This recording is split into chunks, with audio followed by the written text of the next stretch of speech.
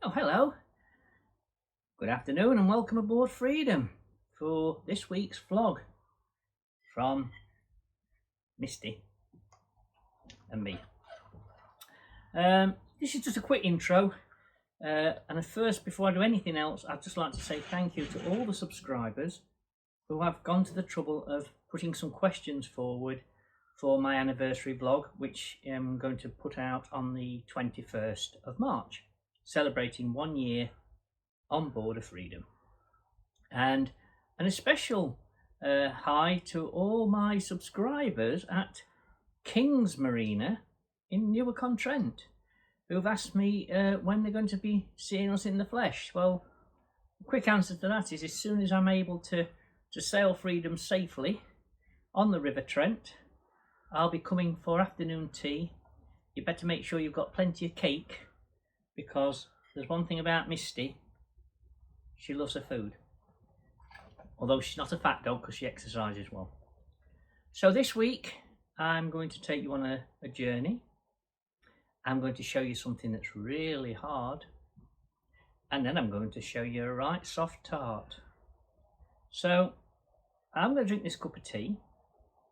Misty's concentrating on this little bit of biscuit I've got left on my plate, and I'm going to play you 20 seconds of music. See if you can work out, what am I going to show you that's hard and what am I going to show you that's soft. Catch up with you in a minute once I've drunk my tea.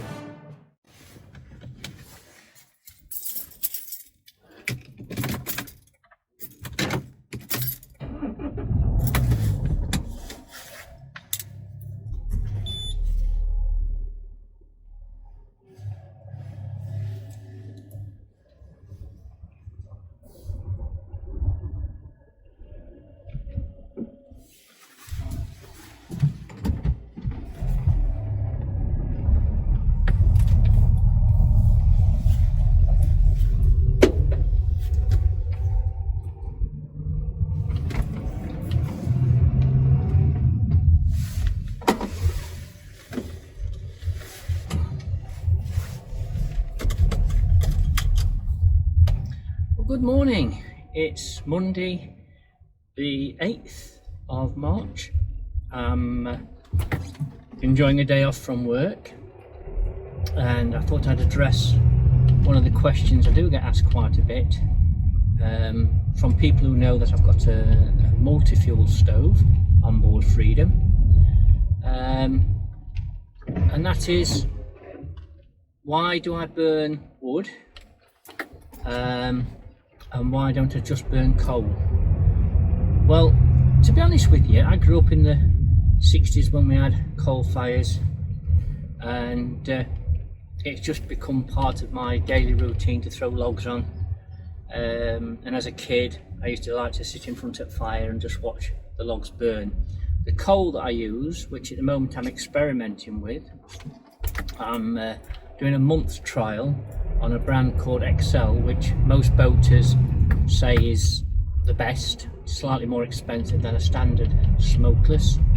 I'm just 1 week in today of using it on a 4-week trial, and so far I can say that it definitely seems to be burning hotter, and it does seem to be lasting longer, and it does give a lot less ash. That said, because I do burn wood, then obviously I do get more ash, but I like the whole atmosphere that a log on the fire creates when it's burning. So today I'm going to take you with me, because the second part of the question was, where do you find your logs from and are they expensive? Well, whilst we're driving out the marina, I just thought I'd explain. Most marinas will have an on-site chandlery or shop, and you can buy, like you can at the petrol stations, nets of hardwood logs. It's really important that you get what we call seasoned wood. This is a tree obviously that's been chopped down maybe 3-4 years. All the logs have been split and then stored somewhere nice and dry, so the moisture content is a lot less. The last thing you want is a freshly cut piece of wood, because it'll just smoke and create tar in your flue and the chimney. It's just not the right thing to do. So these bags that you buy from the petrol station look like nets that you get carrots in.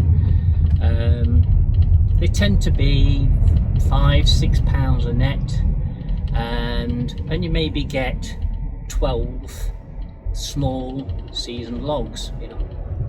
Now I find, because I'm on a boat, fortunately I'm on a Widebeam, so I do have a bit of storage space, but I don't have enough space on the boat to store a ton bag of logs, because that's how most people would like to buy them if they live in a house. I search on Facebook Marketplace. Now there is other sites obviously you can try, but if you was to type in logs, or you type in the search engine on the marketplace free logs or wood offcuts, and I've done this ever since I've had the boat, and I find it absolutely brilliant for finding some really good bargains. I'm on my way now to a chap who's literally, his house is only 4 miles away from the marina, so I'm not travelling a great distance away from where I'm moored, and he's just having an extension built, and he's taking his wood burner out and putting a gas fire in. Now he's got a double garage full of seasoned timber logs that's been there for up to 5 years, which means they are going to have a very low moisture content, and they're going to be absolutely ideal. So I went last week and I bought half a dozen potato sacks full. But what I do have to do is I then split them down, because the logs that I'm going to pick up again today will be about 10 inches in old money, 10 inches long, quite chunky. And the problem with that is, if you was to put one of those on, yes, it will burn, but it's not the efficient way of burning wood. If you split them down into smaller chunks, then you've got more surface area for the flames to get hold of, and it's better to be burning 4. If you can split a log into 4 small pieces in an evening, so you can burn them nice and hot and get the fire going without it cooking the boat, than it is to chuck one great big log on, and then you have to turn your drafts down because you've got it just smouldering, because you're frightened it's going to be too much of a flame. So when we get back to Freedom on the well deck, I've actually got 2 potato sacks, one which contains the logs I've split, and one that has got the logs in pre-being split. I haven't yet got around to doing them, and these work out in the pickup stage of buying them from this chap at £5 for a potato sack. When you split them down, you roughly end up with a bag and a quarter, because they compact down, and it's amazing how much more space they actually take up. So it works out roughly £4 for a sack. And this week I haven't actually used a sack. Well, I might have done by the end of today, which will be 8 days. So basically you're looking at 50 pence per day for my logs, and a nice trip out to the marina to collect, so it's not a big expense. So if you look on the marketplace, such as forums as Facebook, you'll always see people selling. You can buy wood offcuts. Now this is usually from carpentry companies that are making sheds and fences, etc. But what you want, if you're going to buy offcuts, is untreated. You definitely don't want them when they've had wood preserve put on them, because again you're going to have lots of issues both with smoke and with tar, because it'll create a tar substance inside your flue and it just makes everything manky. You don't want that. There is a fellow not far from where I work. He does animal feed bags, the big plastic animal feed bags of white wood, as we call it, completely free of nails. Average length is about 6 inches, but it's about 6 inches by 3 inches square, so it's a good chunk of wood. Now white wood will burn faster and burn very quick and very hot. That's what I meant to say. Yes, faster and hot, and it will you'll get through a bag quicker, but an animal sack full is £2. So it really comes down to what you want. I prefer hardwood logs. I think they burn longer and better value for money. But I must confess I do keep some white wood on board, because if I get in from work and the fire's still smouldering with the coals that I've put on it, if you throw a little bit of white wood on, plain wood as I call it, you will find that the fire suddenly springs into life. You just put a bit more coal on, and then the rest of the evening I just burn hardwood logs. So just sit back, enjoy the trip out, and then when we get back on Freedom, I'll show you the difference between how I buy them and how they are when I've split them. So sit back and enjoy the ride. We're just coming out of Findon.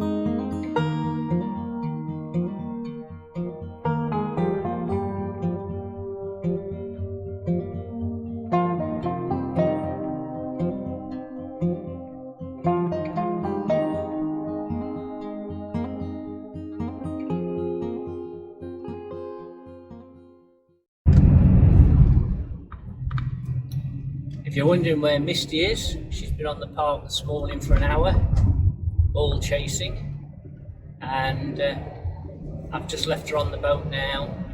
She's having her dinner, and then she'll be sleeping for the next couple of hours, and I'll be back within the next 20-30 minutes, so she's all safe.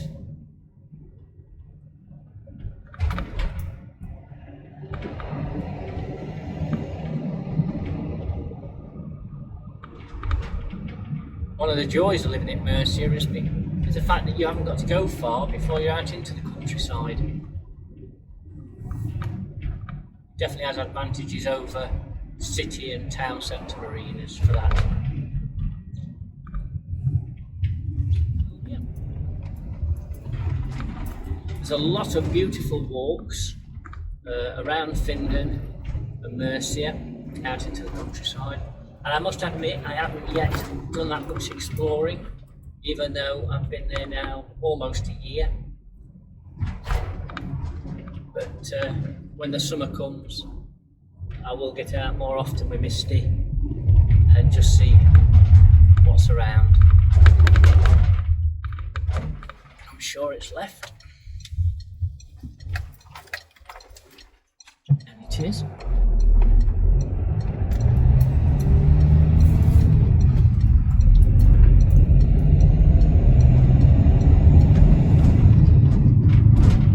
actually enjoy the hunting down of a bargain. Anybody who's watched my cooking videos will know.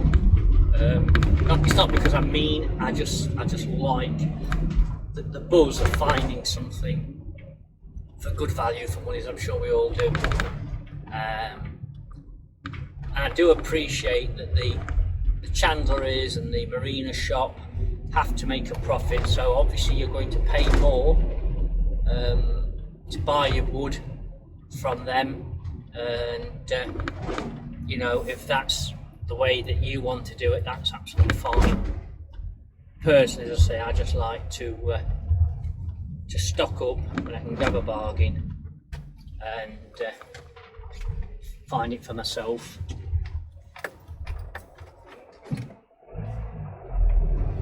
And the prices vary a great deal. When you're buying the ton, the builder's bags, the lorries drop sand off with, you usually buy the hardwood logs from log suppliers in them, and they can range from anything from £40 to £90. So you really do need to go and have a look before you commit, because sometimes they class them as seasoned and they're not. Right, we are here. So I'm going to switch you guys off to give this guy his privacy, and I'll catch up with you when we're back at the boat. Okay, back on board Freedom, and as promised, I just want to show you these logs that I've collected. Now these are from last week, and I've given some of this first bag away, but just so you can see the sort of size, you can tell they're good hard log. As they come, nice and dry. Now this bag is one I've actually split, so as you can see, on an average log I've maybe made 3 burning pieces on average. Now that to me makes more sense. In fact, there's, you could say, almost 4. It's far better, in my opinion, and it is only my opinion, that if you cut the wood down, you've got a lot more surface area and you can allow them to burn properly. The trouble when you're putting a chunk of wood on that's as big as this is that it's either going to take off and go very, very fast and create so much heat and flame that you're turning all your vents down to try and stop it going crazy, and really that's not burning your wood efficiently. And when you cut it down, you've got, as on that piece there, you've got 6 sides in total, plenty of surface area, small enough that you can get the fire raring hot, but it's not going to cook you, and it's not going to ruin your stove by getting it red hot, and a damn sight more efficient way of burning your wood. So always remember, good hardwood, you can see it's a proper piece of tree, that it's not some cheap and cheerful kind of conifer or anything like that. And just take the trouble of getting an axe, knocking them down into smaller pieces like in this bag, and you'll find there's a bag like that will last me, as I say, 8, 9, maybe 10 days. So it's literally 40-50 pence a day. Well worth it. Hope that's helped you. Now let's get some baking done.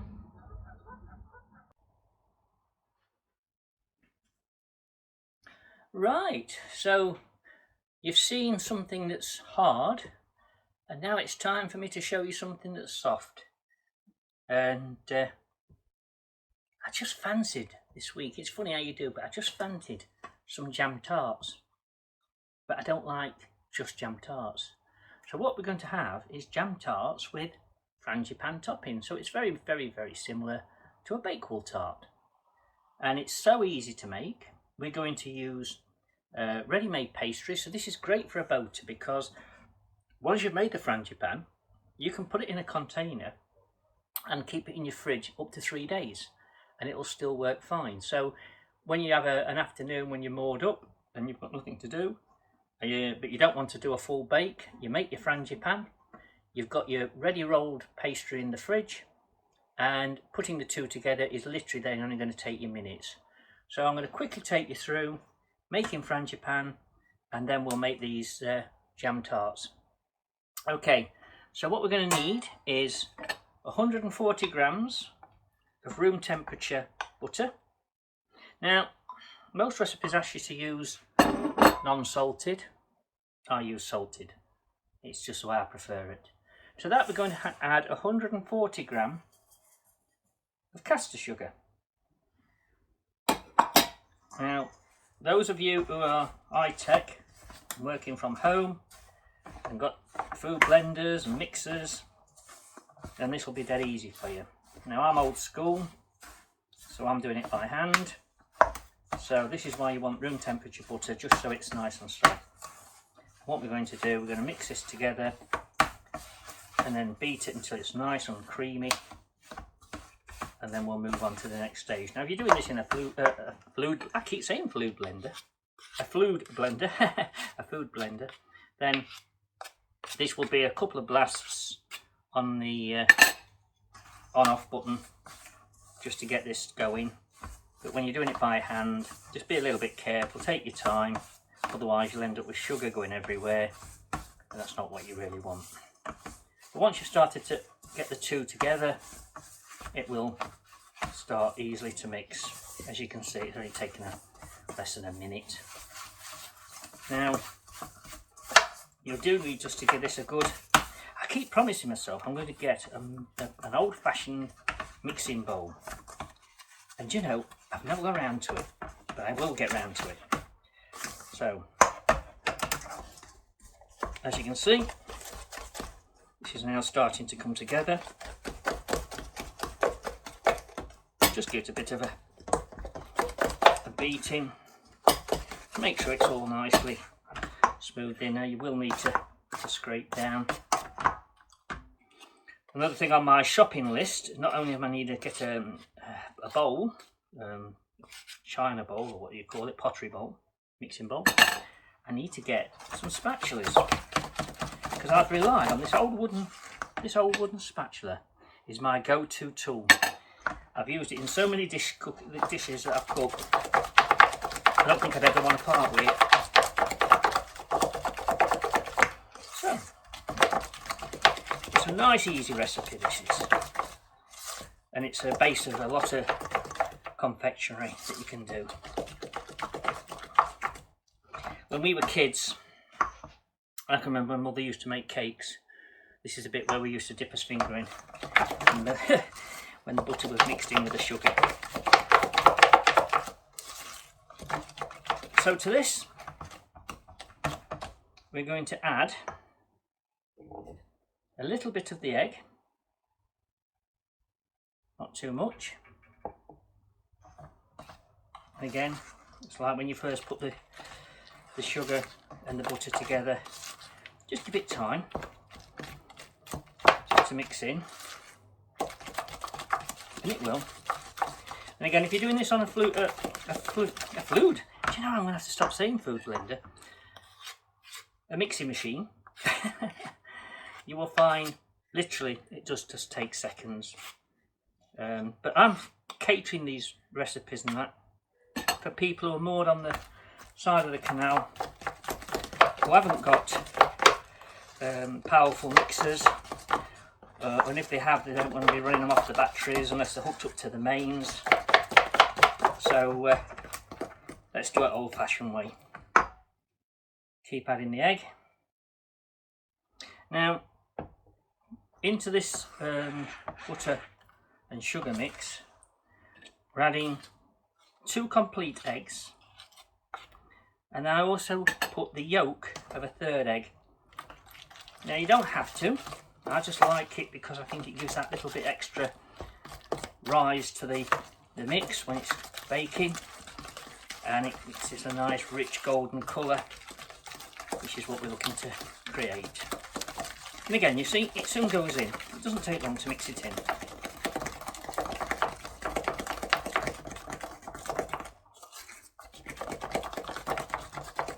And it starts to change colour, so it's getting more creamier by the minute. And we're putting this egg in maybe in 4 stages, just to get it in without making a mess. Somebody did actually comment on the choux pastry vlog that I did that it was hard work. Well, maybe that's how he saw it, but you know, when you're on a boat, and really in everyday life, you need to create the time just so you can slow things down and actually enjoy the process of baking and ordinary cooking, food cooking, main meals, etc. It's not about racing around and seeing how quick you can do it. You know, it's enjoy the whole process, and then you'll get a better sense of achievement when you're finished. And there we are. Look, we're just going to put this last bit of egg in. I'm going to beat that in, and then I'll come back to you once that's mixed in to this this bowl.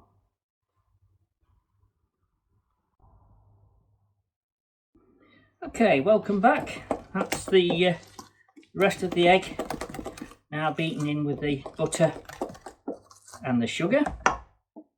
Now to this we're going to add 2 teaspoonfuls of almond essence. Don't be too heavy-handed with it, because I think if you put too much in, hoping to achieve a really almondy taste, it starts to taste chemical. If that makes any sense, it does tend to be a bit too heavy. So, it being very concentrated, just keep to 2 level teaspoons and you'll be fine. Once that's mixed in, all we need to do now, we have 140 grams of ground almond. So again, we're going to fold this in into the mix. Now you don't need to beat it crazy. We're not trying to beat the life out of it, so just fold it in nice and steady. It'll soon absorb. We'll do it in 3 lots, and then it will. And then in between, before we put the flour in, we'll scrape the bowl down just to make sure we've got all the almonds mixed in.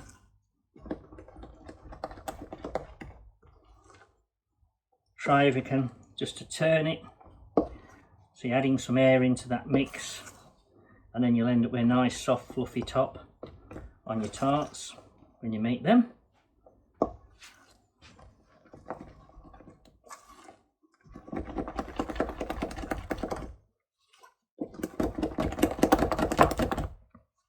So there we are now, that's all the almonds in there. Again, just scrape down, just so you don't end up with any lumps of butter or any lumps at all that's in your mix, any lumps of sugar, etc. Just give everything a nice scrape down.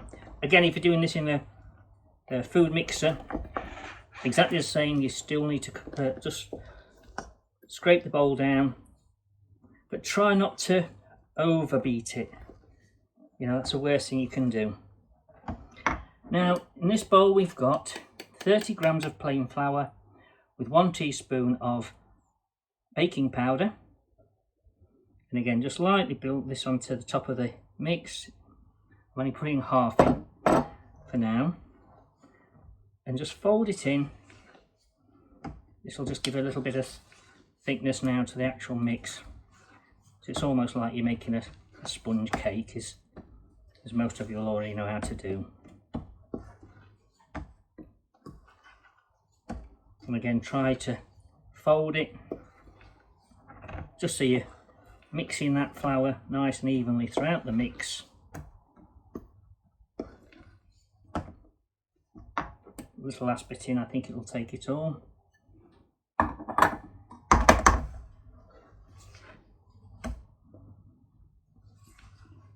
And as I say, this is a really nice mix because you can put it in your fridge and use it over a couple of days, so you don't have to make one great big batch of whatever it is you want to make. You can split this between doing some jam tarts, you can make a bakewell tart, whatever's takes your fancy.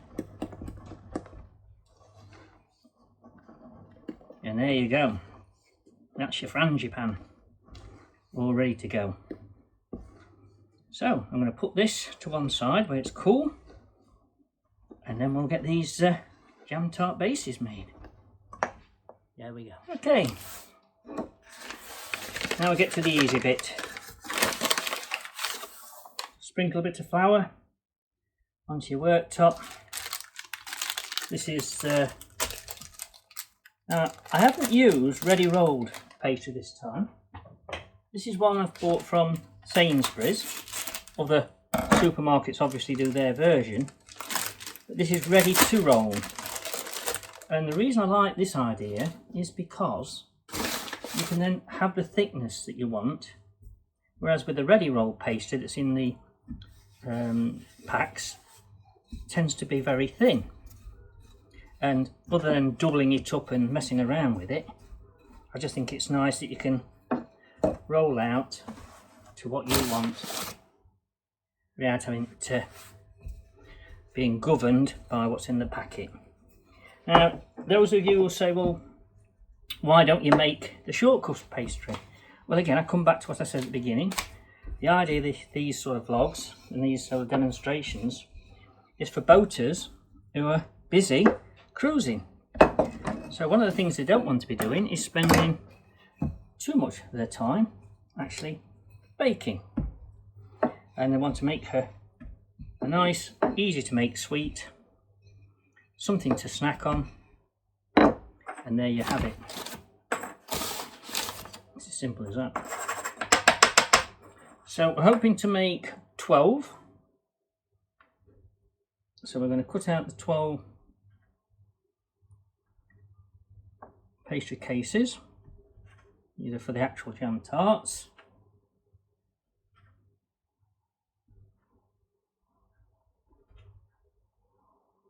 and if I've got some frangipane left, I'm actually going to make a couple in my Yorkshire pudding tin, which will be that little bit bigger. We'll see. Not that I'm greedy. Okay, and then simply place each one.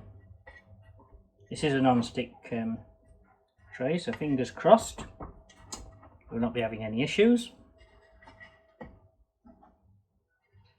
And you know, to be honest with you, if you was going to make your pastry yourself, which you can do, by the time you've actually made the pastry, doing it this way, you'll have made the frangipane and the jam tarts will actually be in the oven. So it's about the speed of it, I suppose. That side of it is speeded up a little bit, you know. Just push them nicely down into the... You don't have to worry about squidging the edges a bit, because it really doesn't matter. Again, the pastry will give once it's in the oven. Now the oven wants to be set at, preheated at 345 Fahrenheit, which is approximately 175 centigrade. Gas 3, gas 4. I say gas 3, gas 4 because what I have found on my boat is working with Calagas oven, the temperature does need to be one higher than you'd normally place at. So I'm going for gas 3, gas 4, just to be safe. Now we've got here some Scottish Strawberry Reserve, it says on it.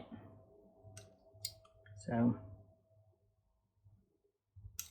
a little bit into each of these cases before we put the frangipane on.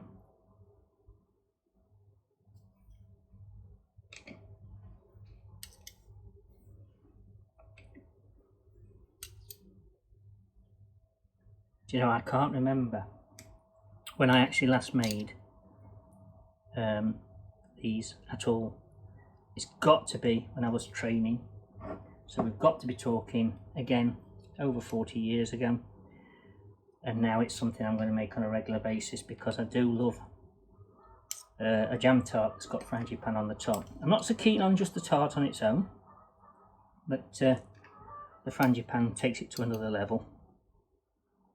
that's for sure.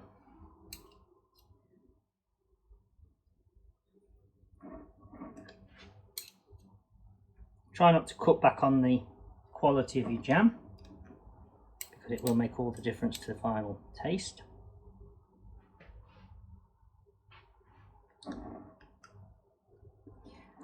You can get some really good deals in the supermarkets. I think my sister says that she swears by the jams in Aldi. This one's come from Sainsbury's, but again, every supermarket's going to have a heck of a range, and you'll be able to sort out what's best for you. Right, all that remains now is to get some Frangipane on the top.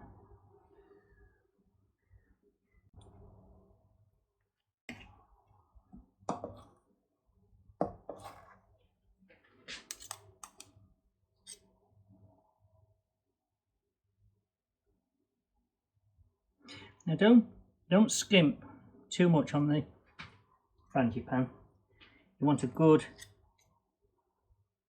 covering, and then once we've got it all in the actual tartlets, we'll smooth it out a bit with the back of a spoon.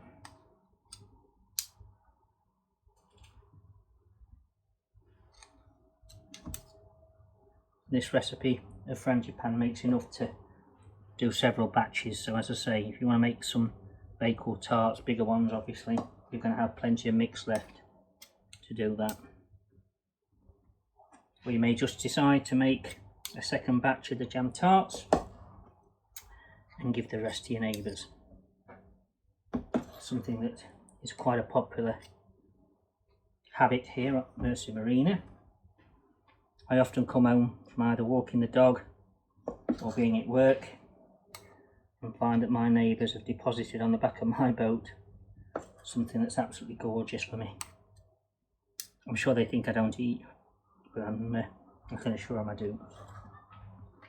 It's a nice thing that somebody else goes to the trouble of baking you a little bit of something.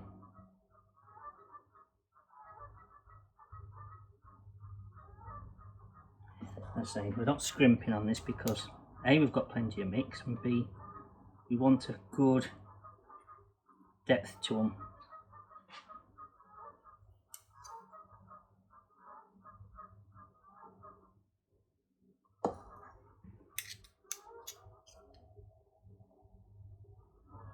I just love the taste of Frangipane. I could eat it raw, I really could. That goes back to the days of being a kid, unfortunately.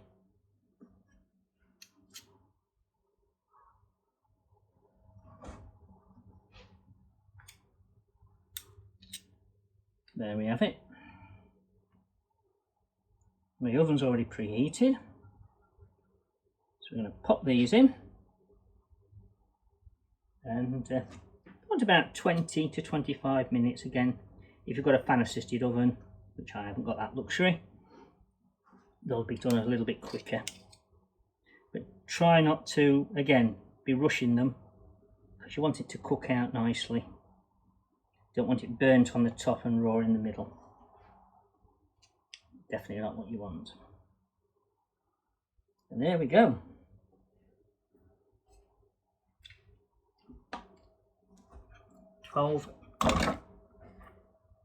Jam tarts with Frangipane. Let's get them in the oven. Right. I'm going to put these on the lower shelf, which is a third of the way up the oven. These should cook nice and evenly, and we'll come back in 25 minutes, see how they're doing.